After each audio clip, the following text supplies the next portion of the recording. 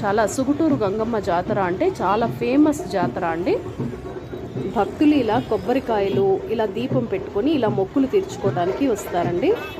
ఇప్పుడు మనం చూస్తున్నది మారెమ్మ అమ్మవారి ఆలయం అండి. పట్టణం అంతా కూడా జనసంద్రంగా మారింది. జాతర సందర్భంగా ఉదయం నుంచి రాత్రి వరకు అమ్మవారి దర్శనం కోసం భక్తులు తరలి వచ్చారనమాట. క్యూ లైన్లన్నీ కూడా కిక్కిరిసిపోయాయి. పట్టణంలో ఎటు చూసినా భక్త జనమే మనకు దర్శనమిస్తారండి. ఇక్కడ చూస్తున్నారు కదా, మామిడి ఆకులు, పువ్వులు ఇలా రోడ్డు మీదే మనకి అమ్ముతారనమాట. పండ్లు, ఇలా చిన్నపిల్లలు ఆడుకునే వస్తువులు కూడా మనకి జాతరలో దర్శనమిస్తాయి. చూస్తున్నాం కదా, ఇక్కడ బంతి పువ్వులు అన్నీ రోడ్డు మీదే ఇలా అమ్ముతున్నారనమాట. పూజా సామాగ్రి అంతా కూడా దొరుకుతుంది.